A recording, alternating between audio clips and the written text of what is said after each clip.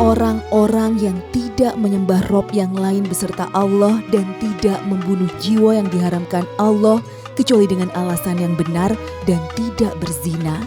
Barang siapa yang melakukan demikian itu, niscaya dia mendapat pembalasan dosanya.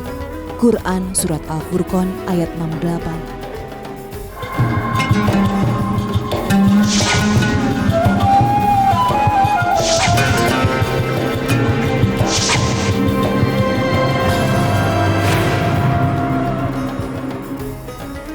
Assalamualaikum warahmatullahi wabarakatuh.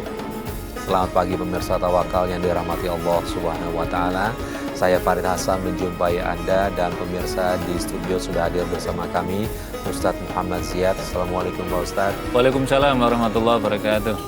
Selain Ustadz Muhammad Ziyad, pemirsa juga sudah hadir bersama kami seorang narasumber bernama Ibu Meli. Assalamualaikum Bu Meli. Waalaikumsalam warahmatullahi wabarakatuh. Terima kasih untuk Pak Ustadz dan Bu Meli sudah hadir di Tawakal, dan insya Allah mudah-mudahan kita bisa mendapatkan jalan keluar untuk masalah yang dihadapi Ibu Meli Pak Ustadz ya. Oke, Ibu Meli, Ibu bisa ceritakan ada masalah apa sehingga Ibu datang ke Tawakal hari ini? Iya, begini Mas Farid dan Pak Ustadz ya. Saya ingin menceritakan kisah saya. Saya ini benar-benar yang memiliki banyak dosa sekali Pak Ustadz. Di masa lalu saya dan pacar saya, kita berpacaran itu udah sempet kayak satu rumah kumpul kebo ya. Hingga pada saat itu aku hamil di luar nikah. Dan suami pacar saya itu ingin sekali anak kita digugurkan karena memang belum waktunya ya. Saya tidak mau menggugurkan kandungan saya dengan alasan saya takut ya, hal-hal yang seperti itu dosa. Kita aja sudah berbuat zina sudah dosa.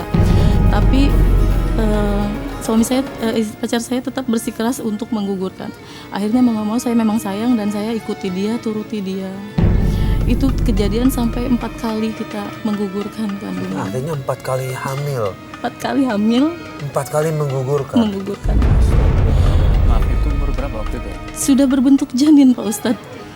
Dari ada yang 4 bulan, sempat ada yang sudah ada kelaminnya itu laki-laki ya. Dan kita kuburkan juga di salah satu pemakaman di daerah kita tinggal di sana. Tapi memang niat digugurkan kan, bukan ada masalah sama kandungannya? Memang niat digugurkan, padahal kandungan saya memang kuat sekali Mas Farid gitu. Tapi memang pacar saya itu tidak suka saya hamil gitu. Tapi dia memang ingin melakukan itu. Satu gimana Pak Ustadz sampai bisa terjadi, apa yang salah dari mereka berdua? Saya merinding dekat cerita ini, merinding karena Pak ini perbuatan dosa yang amat sangat besar. Iya Pak Ustadz. Jadi yang pertama begini ya, ini para pemirsa sekalian, saudara-saudariku, para pemudi yang dirahmati Allah, pentingnya menjaga diri, menjaga kehormatan. Jangan sampai kasus Mbak Meli ini menimpa pada kita semua, dan Mbak Meli datang ke sini tujuannya untuk kebaikan, ingin bertobat kepada Allah. Yang pertama Mas Harit, saya ingin menjelaskan begini. Jadi ketika ada muda-mudi berpacaran, jadi ketika laki-laki mengajak kemudian berhubungan, itu saja sudah menunjukkan jenis laki-laki yang tidak baik. Perempuannya juga, maaf, itu juga tidak baik. Apalagi sampai melakukan perbuatan berzina.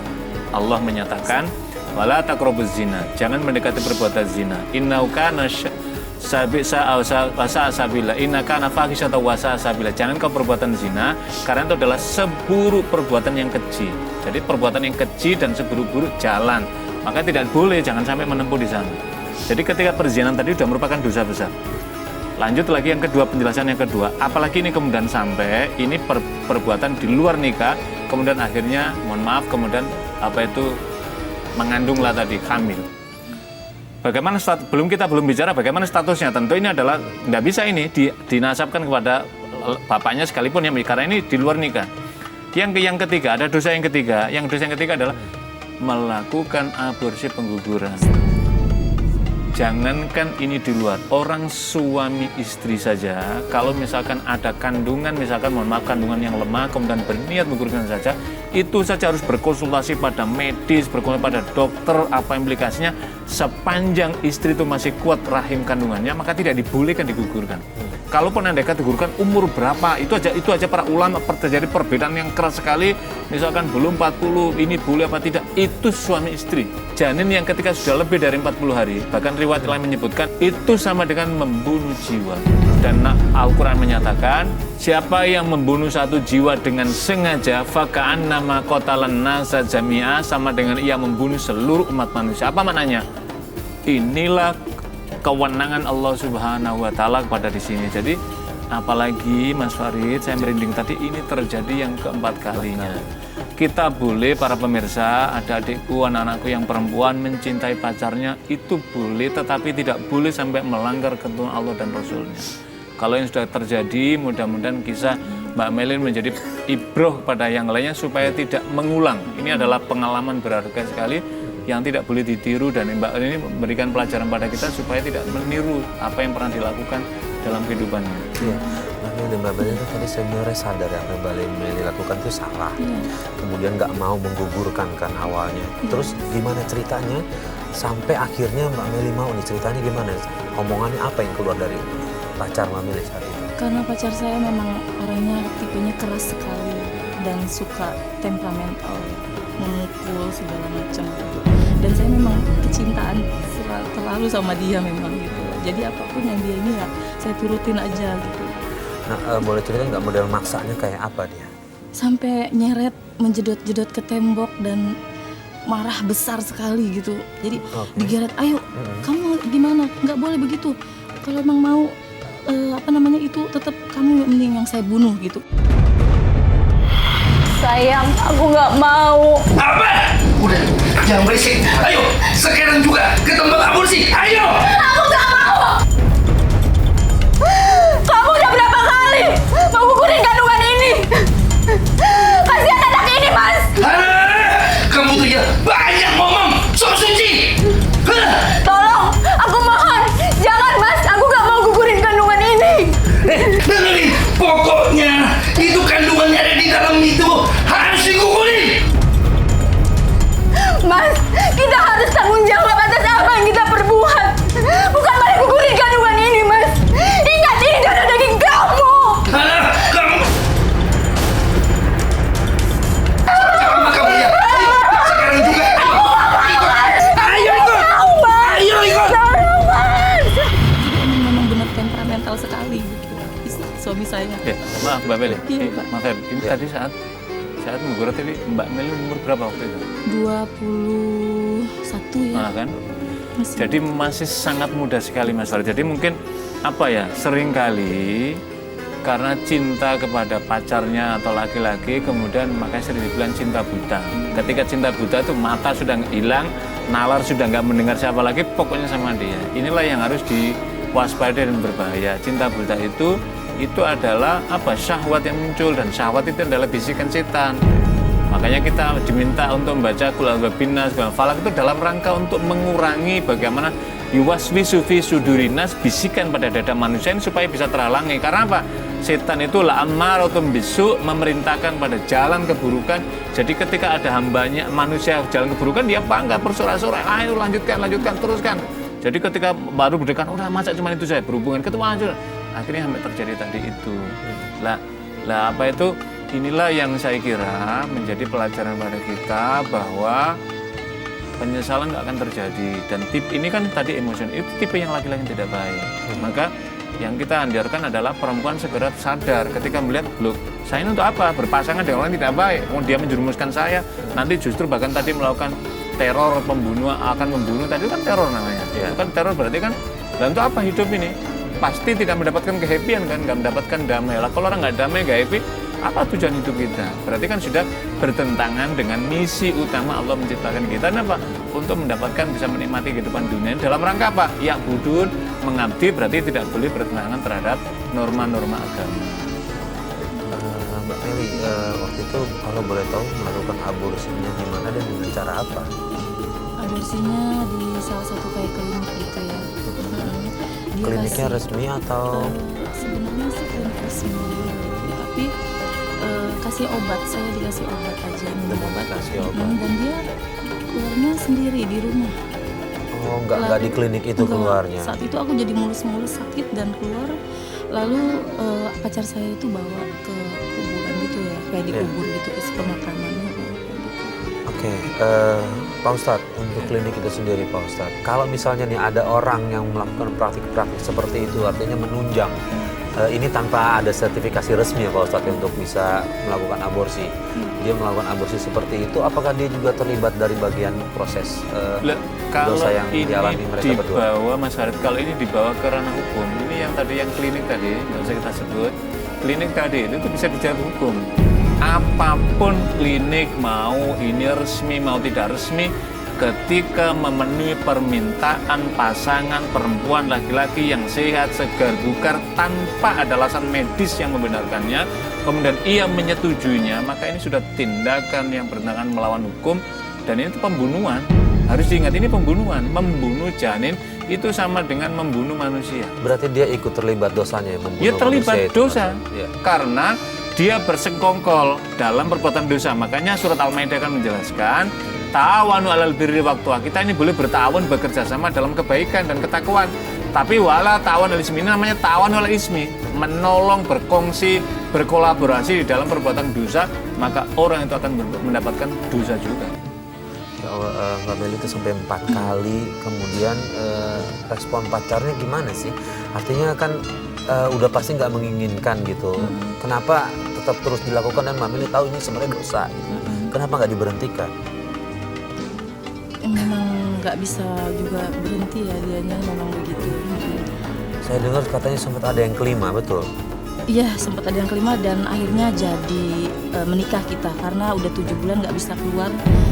Kita menikah dalam posisi saya hamil 7 bulan. Mohon maaf, di kandungan yang kelima itu tetap usaha mau mengaborsi Iya, juga? dan sudah habis Ya 1 Allah. papan obat itu. Lumayan, untungnya anak kita nggak kenapa-napa, sekarang udah 13 tahun umurnya anak. Umurnya 13 tahun, terus kemudian menikah? Enggak, maksudnya Enggak, untungnya maksudnya anak, setelah hamil yang kelima, kita menikah? menikah di usia kandungan udah besar. Ya Allah, ini mungkin Allah melindungi nih Pak Ustadz. Udah usaha untuk mengaborsi dengan berbagai macam obat, tapi tetap anak itu sehat. Iya. Jadi begini Mas Farid, ada dialog menarik begini. Jadi ketika bayi kita dalam janin, wa nafakhtu fihi min ruhi, kata Allah, aku tiupkan ruhku kepada anak ini kemudian tumbuh kehidupan. Tiba-tiba ada jarum, ada obat dari luar. Maka kemudian dia menjerit, ibu apa itu ibu, tolong ibu, manggil sesungguhnya manggil anak kita. Cuman ibunya yang mendengar, tolong ibu, tolong itu. Jadi ketika nyelkit lagi ke sana misalkan mau diambil, tolong ibu, ibu nanti jangan bersedih ibu, nanti aku yang akan membelamu ibu ketika aku udah di luar lahir ibu, jangan kok. Jadi kita bisa bayangkan itu, suara rohnya udah bisa berbintang yang luar biasa, tetapi karena kekalutan orang diliputi nafsu setan yang luar biasa, orang menjadi. Padahal apa? Anak ini ketika keluar, dia memanggil dia, nanti aku akan membelamu ibu ketika engkau ada yang menyakitimu, aku akan membelamu ibu ketika. Pada saat itulah sesungguhnya anak begitu hilang, maka jadi anak ini ketika sudah hilang satu, hilang semua, tinggal yang terakhir nyawanya masih menjerit akan membela padamu dan minta tolong ibu, ada yang menyakiti ibu. Jadi bisa dibayangkan Mas Farid, banyak orang yang ketika sudah berkeluarga bertahun-tahun berbagai macam cara apa itu dilakukan supaya mendapatkan anak. Jadi anak itu adalah karunia Allah. Maka jangan sampai ada anak manusia siapapun dia yang terbersit kemudian untuk melakukan perbuatan seperti yang kasus yang menimpa pada kesempatan kali ini. Iya, Mbak Meli pada saat proses kemudian anak kelima itu lahir normal semuanya. Lahir normal tapi dalam posisi dia kaki duluan, sepertinya itu dosa saya mungkin ya Mas Farid ya. Jadi saya merasakan itu bagian dari dosa-dosa yang udah saya lakukan dulunya gitu. Jadi Allah memberikan saya hukuman gitu. Susah sekali, sulit sekali, pendarahan hebat sekali gitu.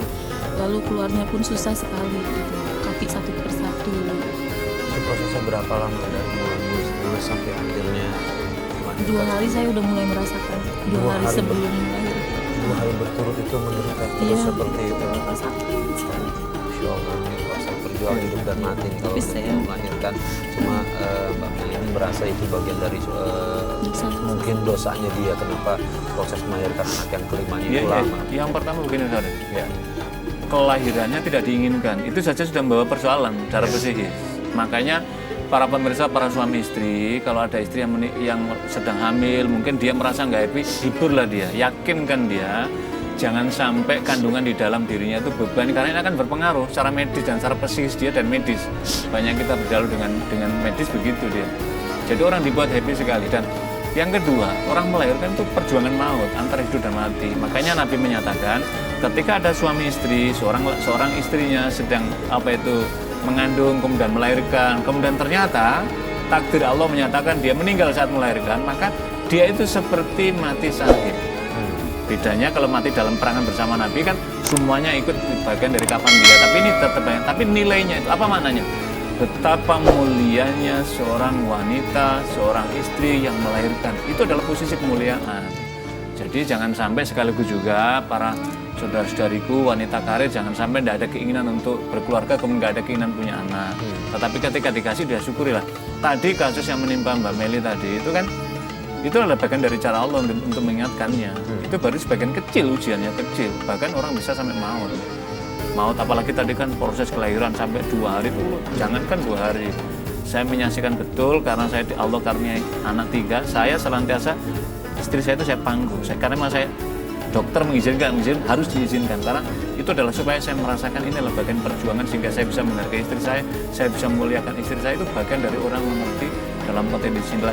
Tadi ini adalah persebarannya bagian dari peringatan Allah kepada Mbak Meli. Karena itulah Mbak Meli harus, ini dosa yang luar biasa Mbak Meli, maka harus ditutup dengan tobat kepada Allah. Amin. Kemudian sikapnya suami gimana? Karena kan ini bisa dipastikan anak yang tidak diinginkan. Sudah 4 bahkan sampai yang tidak diinginkan. Sikap suami bagaimana?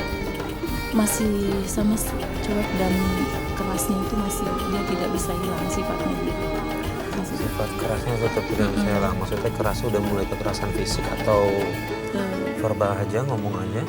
Dari ucapan, tapi kalau memang sayanya melawan gitu kan, dia bisa langsung ke fisik. Pernah ada kejadian apa enggak yang dia langsung melakukan kekerasan fisik gitu? Iya pernah, waktu saya ingin bekerja dan dia suruh saya untuk berhenti bekerja dengan alasan dia kan kayak merasa kepala rumah tangga, harusnya dia yang bekerja jadi bukan saya kayak gitu ya. Tapi saya ingin membantu keuangan keluarga karena memang kurang misalnya. Anak kami kan ada 4 ya, jadinya kurang gitu. Tapi dia tetap bersikeras nggak boleh. Pada saat itu aku ya segala baju-baju dibuang-buangin, kaca dipecahin semua, kayak marah besar banget gitu. Aku berangkat kerja dulu. Apa? Dengerin ya. Aku sudah berulang kali ngomong sama kamu. Jangan kerja ya, jangan kerja. Punya kopi nggak sih? Mas, tapi kan Mas tahu, aku ini tulang punggung keluargaku, Mas. Aku tuh butuh uang buat biayain ibuku, Mas. Kamu tuh ya bantah terus. Enggak, Mas, aku harus kerja. Kalau aku nggak kerja, ibuku makan apa, Mas? Beli obatnya gimana? Dengerin ya, kamu tuh ya nurut sekali-sekali sama suami. Nurut, jangan kerja ya, jangan kerja. Kamu kasih nafkah aja, Mas. Nggak cukup buat kebutuhan keluarga kita. Gimana kalau aku nggak kerja? Nantinya kita makan apa, Mas? Pokoknya aku mau kerja. Kamu tuh ya. Mau kerja nggak? Gua bilang jangan kerja. Jangan kerja. Kalau memang kamu tidak mau nurutin apa kata-kata saya, pergi aja gitu, suruh pergi. Tapi ya dibawa ke rumah lagi, maksudnya disuruh pulang lagi. Tapi kalau lagi marah ya begitu, seakan-akan saya kayak udah nggak dibutuhin banget. Dia sendiri kerja? Dia sendiri kerja. Oke, saat ini mungkin oke lah, suami punya ego sama istri, berasa bertanggung jawab sama rumah tangganya, tapi ketika istri mencoba membantu dia justru berbuat kasar sama istrinya nih Pak Ustadz. Ya. Jadi gini, memang tanggung jawab ekonomi itu sepenuhnya kepada seorang suami. Suami berkewajiban mencukupi, tetapi dalam konteks kehidupan modern ini kan ada wanita-wanita yang sudah bersekolah, sudah berpendidikan baik, dia ingin mengamalkan, mengaplikasikan ilmunya itu kemudian dengan cara bekerja di luar. Tapi juga perlu kompromi. Kalau misalkan suaminya ini bisa memenuhi semua kebutuhan, mungkin bisa juga bisa di situ. Lah kalau ada wanita-wanita, para istri yang kemudian ingin bekerja, memang harus seizin suaminya supaya Nah, tapi kalau suaminya misalkan, mohon maaf, misalkan ekonominya nggak mencukupi, kemudian istri nggak boleh, terus apa kan gitu. Lah, suami ketika bekerja itu bukan berarti akan mengurangi tanggung jawab seorang suami, bukan. Tapi ini adalah tujuannya adalah membantu. Lah, istri akan mendapatkan kemuliaan karena ikut meringankan beban tadi itu, bukan berarti bergeser.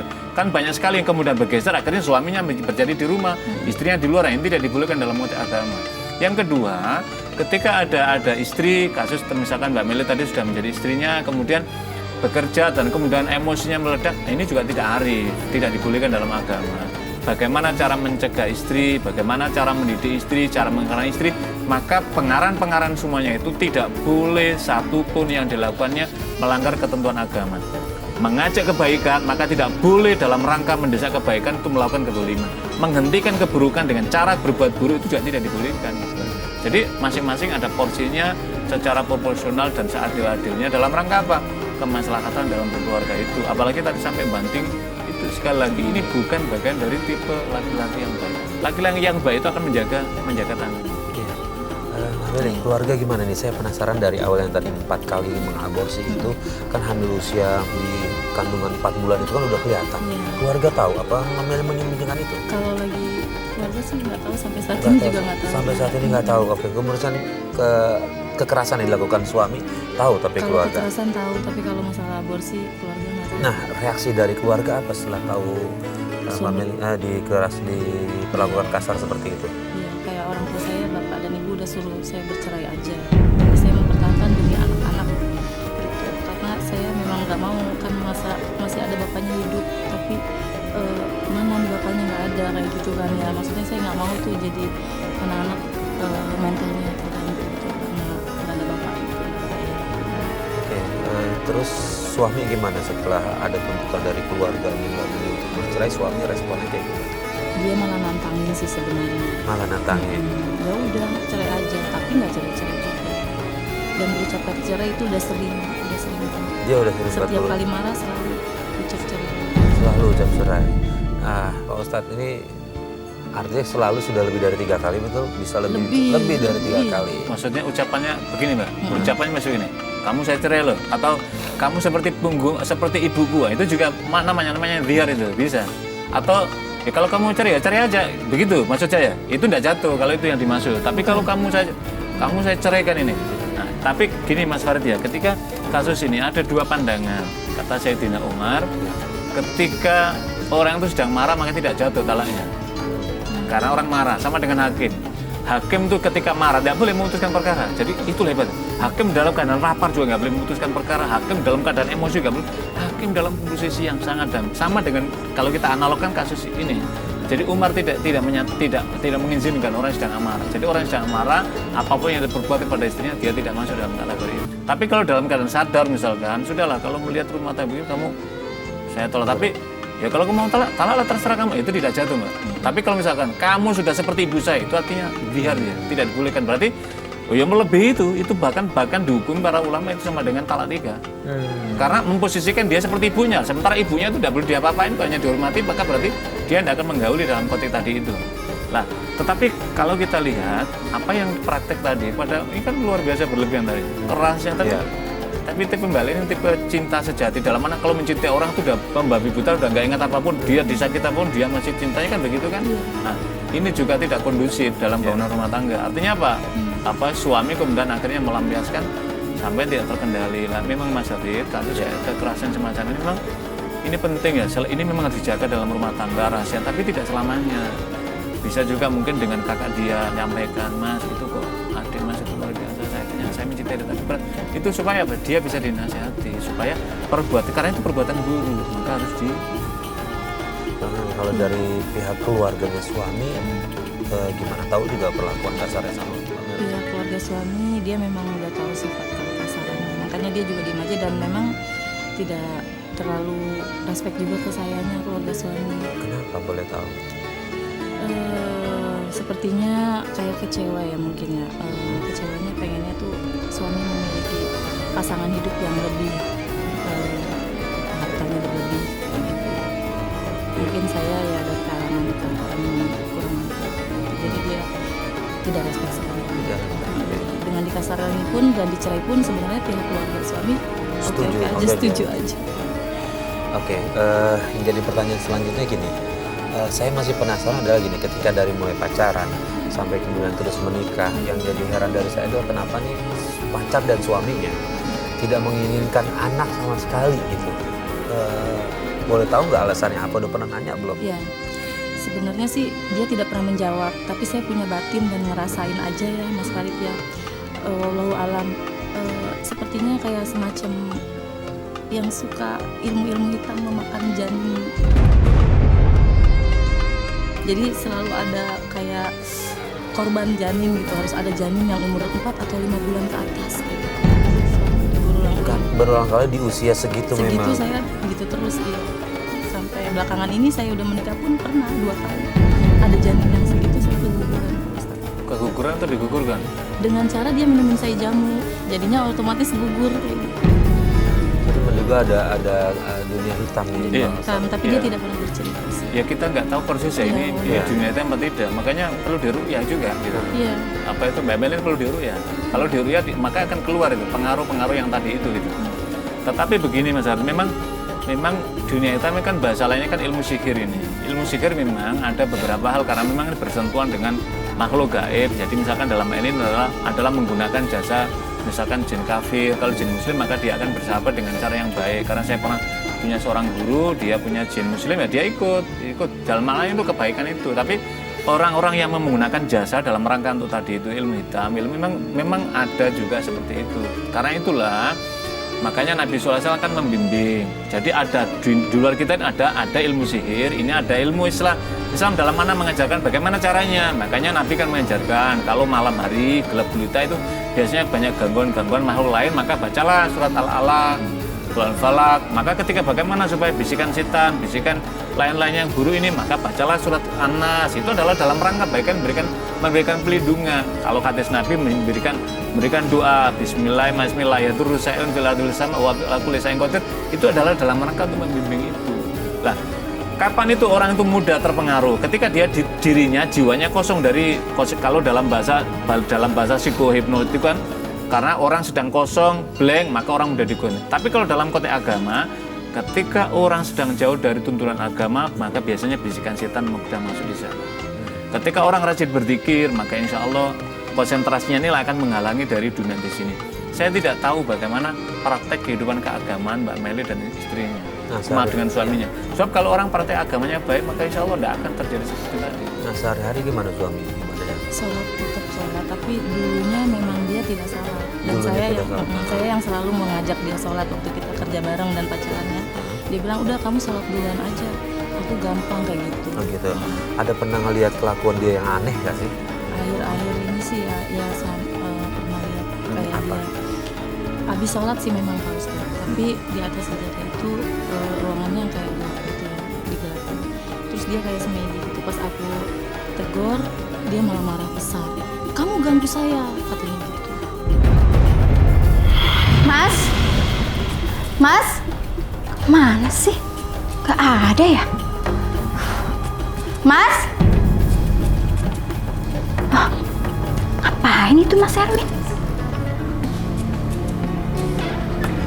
Mas, kamu ngapain di sini, Mas?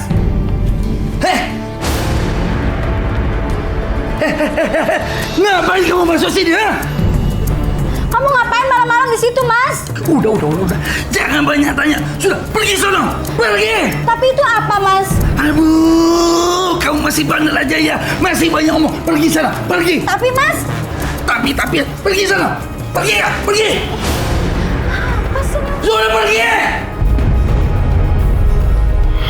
Sebenarnya bentuknya gimana nih? Apakah ada media lain atau dia cuma ngangkat doa-doa misalnya gitu? Cuma Mungkin salah ngelihat dari jauh kali Pak Ustadz lihat seperti semedi, tapi sebenarnya kan mungkin dia berdoa atau apa gitu.